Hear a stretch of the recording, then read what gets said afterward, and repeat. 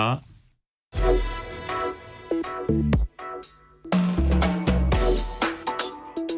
더 나은 내일을 준비하는 시간 KBS 1라디오 김성환의 시사야. 코스피가 오늘 사상 최초로 장중 3,000선을 돌파했습니다. 지난 2007년 7월 2,000선에 처음 진입한 이후에 약 13년 5개월여 만의 일인데요. 하지만 일각에서는 시장 과열에 대한 우려의 목소리도 내놓고 있습니다. 이에 대한 리서치 홍춘옥 대표 연결해서 코스피 3,000선 돌파가 갖는 의미와 올해 증시 전망까지 짚어보도록 하겠습니다. 대표님 안녕하십니까? 네, 안녕하세요. 예.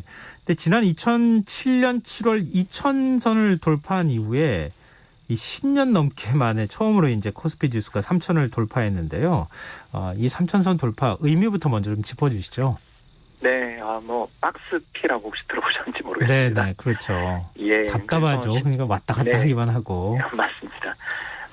낮게는 1,400, 1,500포인트부터 높게는 2,000포인트의 벽에 부딪혀서 주식시장이 10년 넘게 그냥 꼼짝도 못했던 시기를 박스피라고 불렀고, 실제로 지난해 3월에 한때 1,400포인트까지 빠질 정도로 시장에 대한 어떤 투자자들의 신뢰가 굉장히 비관적이었고, 그러니까 그전 이 100포인트에서 1,000포인트 갈 때 예를 들어서 9년 걸렸고, 또 1,000포인트가 2,000포인트 가게 될 때 또 이렇게 대략 계산을 해보면 한 18년 뭐 이 정도만이었는데, 이거 뒤에 13년을 또 이렇게 시장이 그러니까 역사적으로 보면 80년대 굉장히 좋았다가 90년대 내내 고생하다가 2000년대 후반에 잠깐 오르고 또 그 뒤 10년을 고생한. 그러니까 주식시장에 대해서 투자자들이 상당히 고생은 길게 하고, 네. 예, 즐거움은 짧았던 시장에 어떻게 보면 좀 아주 한맺힌 시기가 좀 일단락된 거 아니냐라는 그런 평가도 해볼 수 있는 시기인 거죠. 근데 코로나19 사태가 처음 막 터지고 막 불안감이 막 그 시장을 막 엄습할 때 그때 막 코스피 지수가 막 추락하지 않았습니까? 근데 1,400선까지 떨어진 것으로 알고 있는데 막 추락할 때 그때 개미 투자자들이 막 투자를 하기 시작했어요. 이거 불안합니다. 위험합니다. 이런 말을 굉장히 많이 했던 것으로 기억하는데, 혹시 이렇게 바닥을 찍고 올라와서 3,000선을 돌파할 것이다 이렇게 예상하셨어요? 아유, 그럴 리가 있습니까? 지난 4월에 저도 뭐 이제 여러 책이라든가 방송을 통해서 주식시장이 굉장히 싸다. 그리고 각국 정부들이 돈을 엄청나게 풀고 있기 때문에 주식시장이 유동성이라고 하잖아요. 네. 시중에 자금들이 유입되면서 강세를 보일 가능성이 있으니까 지금은 저평가된 종목을 사야 될 때다. 뭐 이렇게 이야기를 한 적은 있습니다. 그러나 그때 또 다른 질문이 뭐냐면, 그렇다면 대표님 저 2,200 또는 2,600선이라는 역사상 최고치는 언제쯤 돌파할까요? 이렇게 질문을 주시더라고요. 네. 그때 제가 뭐라 그러냐면 한 2년은 걸리지 않겠냐. 예, 그랬었는데 이렇게 웃으면서 인터뷰하는 날이 왔네요. 근데 이른바 동학개미로 불리는 개인 투자자들이 굉장히 큰 역할을 했다 이렇게 얘기는 하고 있는데, 실제로 지금 3,000선 돌파하는 여기에 어느 정도 역할을 한 겁니까? 뭐 그냥 거의 대부분입니다. 거의 대부분요? 왜 이런 말씀을 드리냐면, 예. 일단 뭐 한 해 동안 개인 투자자들이 양시장에서 한 60조 원 이상 샀다는 건 잘 알 텐데, 활동 계좌 수가 얼마냐면 3,552만 개입니다. 와. 그러니까 거래가 있고 지금 잔고가 남아있는 계좌가 3,552만 개. 그리고 주식을 사기 위해서 증권사 계좌로 옮겨놓은, 아직 현금으로 들고 있는 돈이 얼마냐면 연초에 27조 원이었는데 네. 지난해 연말 65조 원. 대기 자금이, 그러니까 증시에 지금 들어가기 위해서 대기하고 있는 자금이 그만큼 된다는 거잖아요. 예, 그렇습니다. 그래서 최근에 저희들끼리 우스갯소리로 기관들이나 외국인들이, 특히 작년에 외국인이 26조 정도 팔았거든요. 예. 어마어마하게 팔았습니다. 2007년 이후 최대 순매도였는데요. 이렇게 주식을 무차별적으로 외국인들이 내다 파는데 그 2배 되는 자금으로 개인이 사주면서 어떻게 보면 시장에서 승자가 됐던 해라고 볼 수 있겠고요. 아무튼 뭐 전체 우리나라 시장의 주가의 상승을 주도한 것은 개미 투자자, 개인 투자자였다. 이렇게 말씀하셔도 될 것 같습니다. 이 개미 투자자가 승자가 됐다 이렇게 표현하셨는데 네. 한국 주식시장에서 개미 투자자가 승자가 된 게 이번이 처음 아니에요? 두 번째입니다. 두 번째인가요? 아니 그러니까 왜냐하면은 보통 시장은 외국인과 기관이 주도하고 이익도 그쪽에서 다 실현하고 개미 투자자들은 늘 사실은 손해만 보고 털고 나왔다. 뭐 이렇게도 표현 많이 했었거든요. 근데 지금 네. 상황은 정반대란 말이에요. 맞습니다. 이거 어떻게 해석해야 됩니까? 예, 2007년에도 이랬습니다. 2007년. 그게 예, 금융위기 때 말씀하시는 건가요? 예, 그렇죠. 금융이 이제 전해죠. 직전해죠. 어. 예, 이제 그때 당시에도 외국인이 30조 원 넘게 한국 주식을 팔아치울 때 개인 투자자들이 적극적인 순매수에 나섰고 특히 그 중국 펀드 붐 혹시 기억 안 나십니까? 네, 기억나요. 예, 칭디아 펀드 뭐 이런 펀드들이 굉장히 중국 인도 펀드들이 굉장히 인기를 끌던 시절에 시중 자금이 시장에 엄청나게 유입되면서 외국인 투자자들이 많이 들고 있는 종목 수익률보다 개인 투자자의 수익률이 압도적이었고요. 또 이거는 실제로 우리만 그런 게 아니라 세계적으로도 그렇습니다. 세계적인 그 증권거래 플랫폼 로빈후드라고 혹시 들어보셨는지 모르겠습니다. 네. 주식 매매 수수료를 받지 않는 것으로 유명한데 물론 이제 다른 방면에서 돈을 받습니다만 이 로빈후드에서 거래되는 주식의 인기 순위 차트 이런 것들을 저희들이 이제 조사를 하고 보거든요. 네. 봤더니 참 종목이 갈피를 잡을 수가 없습니다. 1등이 뭐냐면 테슬라니까 작년에 엄청나게 좋았겠죠. 근데 2등이 어디냐면 아메리칸 에어라인입니다. 아메리칸 에어라인요? 예, 항공주입니다. 어떻게 그렇게 되죠? 예, 그러니까 전 세계적으로 투자자들의 어떤 개미 투자자들의 어떤 투자의 흐름이 그러니까 저처럼 이렇게 업계에서 20년 이상 일을 했던 사람들 입장에서는 테슬라는 이해가 좀 되잖아요. 네. 그런데 아메리칸 에어라인 이러면 지금 비행기도 안 뜨는데 더 나가서 여행 산업이 사실 지금 뭐 정말 큰일 났잖아요. 네. 이런 상황인데 거기 투자해서 또 성과가 또 났습니다. 그러니까 워렌 버핏이라든가 여러 전설적인 투자자들이 항공주 매도했다는 이야기 들으셨잖아요. 그죠? 네네. 근데 그걸 개인 투자자가 미국에서도 받아서 플러스 성과를 내버린 거예요. 그러니까 이런 여러 가지 흐름들을 살펴보시면 알겠지만 글로벌하게 우리만 그런 게 아니라 전 세계적으로 개인 투자자들이 이전에 없었던 도구, 즉 인터넷이라든가 SNS라든가 아니면 아까 이야기했던 로빈후드 같은 투자자의 커뮤니티를 통해서 서로 정보들을 교환하고 또 이 종목이 좋다.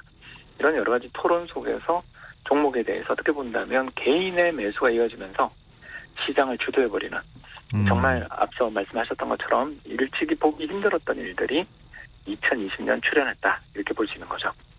근데 지금 이제 항공주와 관련해서 말씀도 잠깐 해주셨는데 이 증시 지형이 좀 바뀌고 있는 거 아닌가 싶어요. 그러니까 주가 지수를 견인하는 주요 종목들이 있잖아요. 예를 들면 뭐 대표적인 삼성전자나 이런 곳일 텐데, 근데 그런 대형주들 중심으로 그동안에 투자하신 분들도 많은데 지금은 바이오나 배터리, 인터넷, 게임 뭐 이런 종목들이 지금 주도를 하고 있어요. 이 지금 증시 지형 자체가 좀 바뀌어가고 있다고 봐야 될까요? 예, 뭐 충분히 동의하는 표현이고요. 실제로 지난 한 해 동안의 주가 상승률을 살펴보니까 바이오 관련주가 연초 대비 91% 상승했습니다.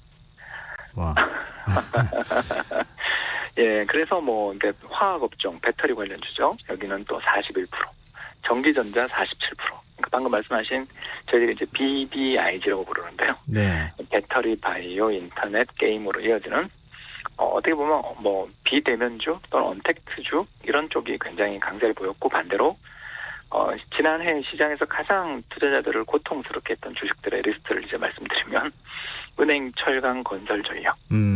전통적인. 그러니까, 네. 예, 전통적인 강자들 또 과거 시가총액 최상위 상단에 있었던 어떻게 보면 정말 우량주라고 할 때 제일 먼저 떠오르는 기업들이 상대적으로 좀 부진했었죠. 그러니까 이런 걸 보면 시장의 흐름이 좀 어떻게 본다면 성장성이 두드러지는 기업들에 대한 관심들이 높고 반대로 과거에 저희들 같은 이런 올드보이들이라고 하죠. 오랫동안 시장에 머물렀던 사람들이 늘 주식을 생각할 때 항상 제일 먼저 연상되는 기업들은 소외당하는 이런 역전의 시기였다라고도 볼 수 있겠습니다. 근데 그런가 하면 우려되는 부분들도 상당히 많습니다. 그러니까 실물 경제가 부진한 상황에서 금융시장에 지나치게 많은 자금이 쏠리는 것도 이건 좀 실물하고 금융 간 괴리가 나타나는 건 아니냐 이런 지적도 나오거든요. 예, 근데 저는 그건 좀 약간 무책임한 발언이다. 왜 그러냐 하면 네.